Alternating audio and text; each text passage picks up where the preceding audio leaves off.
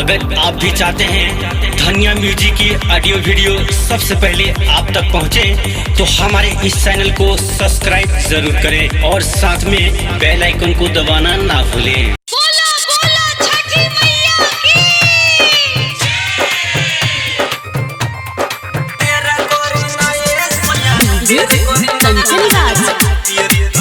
हाजीपुर वैशाली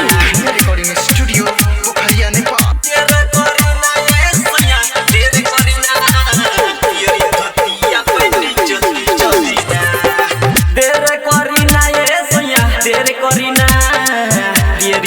जल्दी चली ना तेरे करी ना ये सैया देर करी ना तेरी धोतिया पहनी जल्दी चली ना ले ली दौरा माथे पे चली छोटी घाटे पे ले ली दौरा माथे पे चली छोटी घाटे पे देर करी ना ये सैया देर करी ना तेरी धोतिया पहनी जल्दी चली ना देर करी ना ये सैया देर करी ना तेरी धोतिया पहनी जल्दी चली ना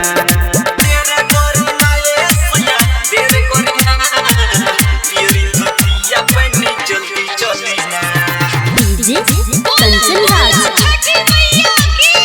हाजीपुर वैशाली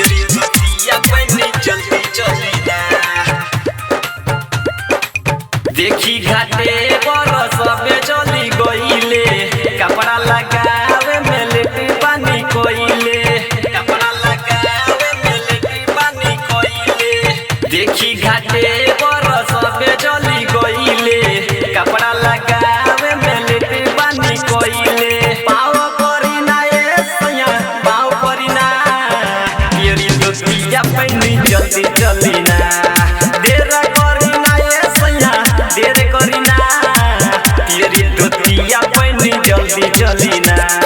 ले ली दौरा माथे पे चली छोटी घाटे पे ले ली दौरा माथे पे चली छोटी घाटे पे देर करी ना ये सैया देर करी ना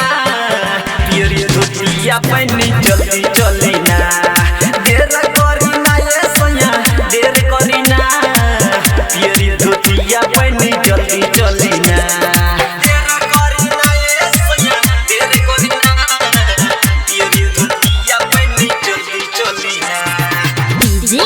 कंचन राज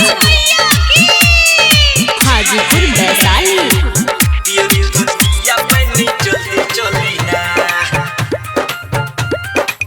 दौरा में ठेकुआ बतासा देनी धोई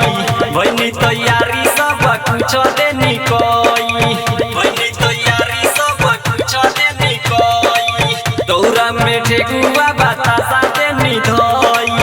बनी तैयारी सब कुछ देनी कोई बोला भोजपुरिया ध्यान धोइली ना तेरी धोतिया पहनी जल्दी चली ना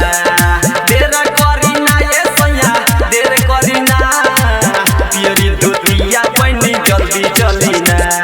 ले ली दौरा माथे पे चली छोटी घाटे पे